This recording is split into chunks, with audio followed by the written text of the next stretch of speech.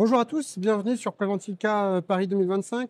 Aujourd'hui, dans la suite du salon, on est sur le salon de Becquerel Cuisine et c'est Benoît qui m'accueille. Salut Paul.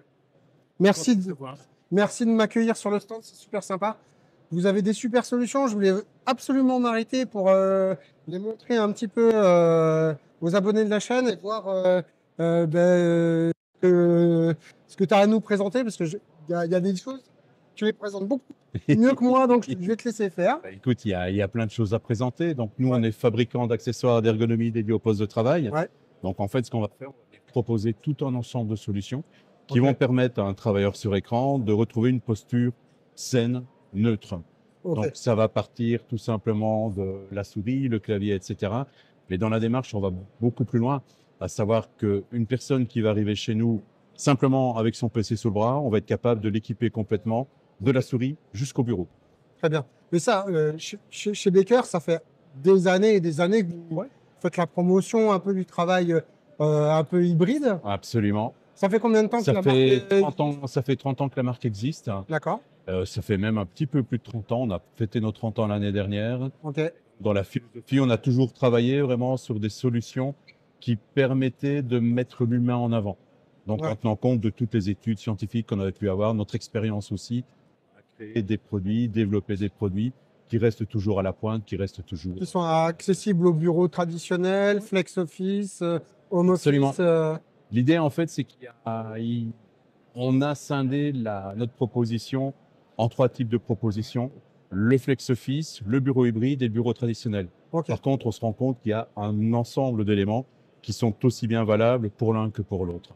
Ok, bon, tu sais que moi, ma passion, c'est le travail dynamique. Ouais. Voilà, pour moi, l'élément de base pour un travail dynamique, c'est le bureau réglable en hauteur. Absolument. Qu'est-ce que vous avez là sur le salon à nous présenter comme type de bureau? Alors, comme d'habitude, ça va être une solution globale. Effectivement, on a des postes réglables en hauteur.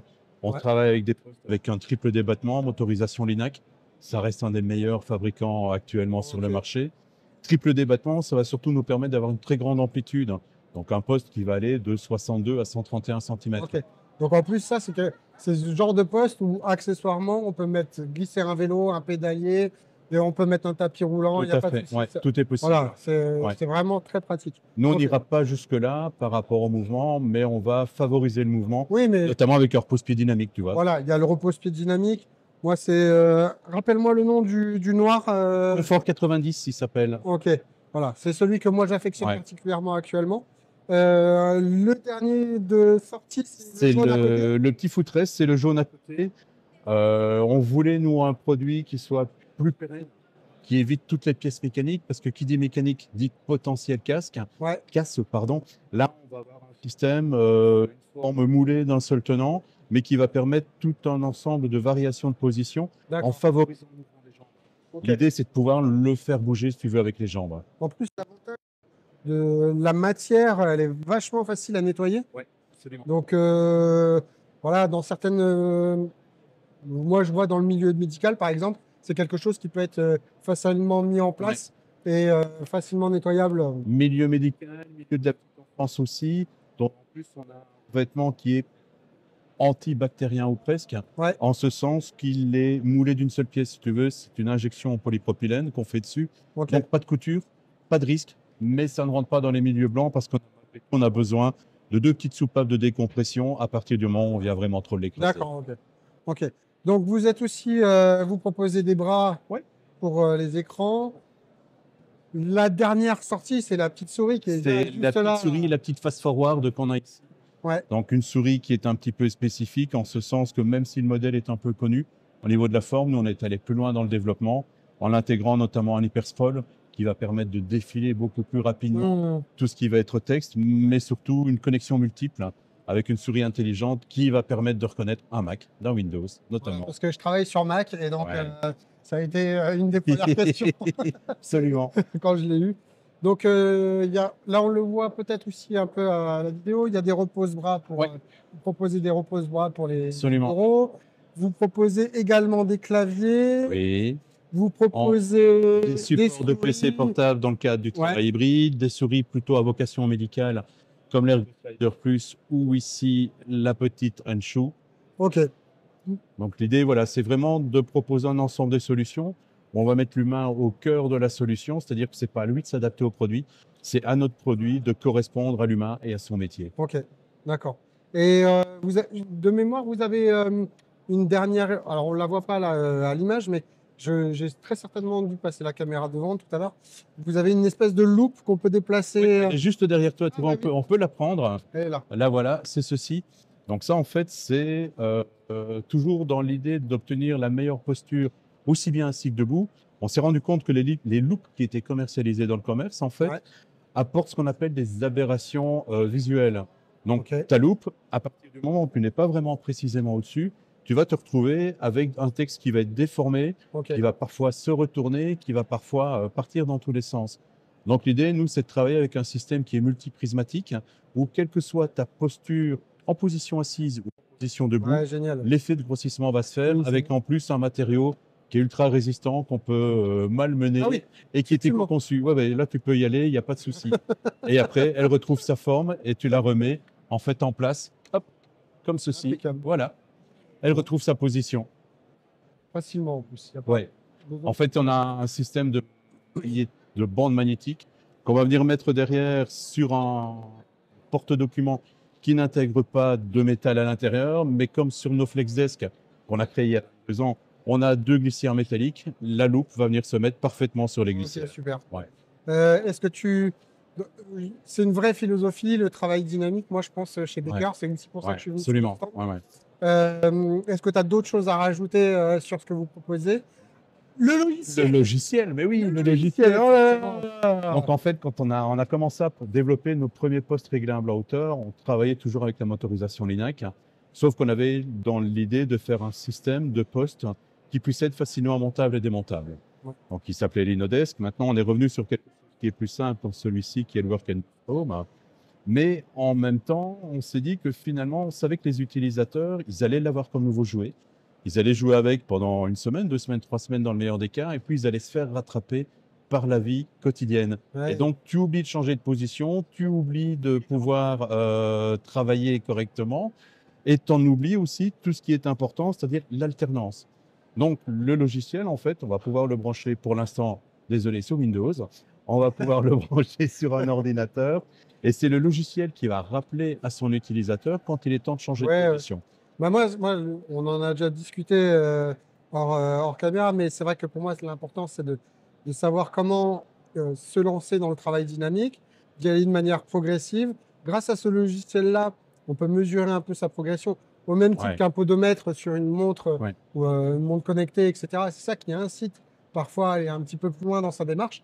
Alors, bien évidemment, on ne peut pas passer toute sa journée debout devant son poste de travail. Surtout pas. Voilà. Mais au moins, ça nous donne des repères pour voir si on a tendance soit à se relâcher, soit à progresser dans sa démarche de travail dynamique. L'idée, en fait, du logiciel, c'est qu'il va analyser ton comportement et il va transférer ton changement de position. Il va te montrer que ça a un impact positif sur ta productivité. Et donc, partant de là, comment mesurer la productivité? C'est tout simplement avec le nombre de frappes ou le nombre de clics que tu vas faire sur ta souris. Le nombre de frappes, on va mesurer la vitesse de frappe avant, après la pause. On va mesurer également toutes ces petites touches back que tu fais quand tu te trompes.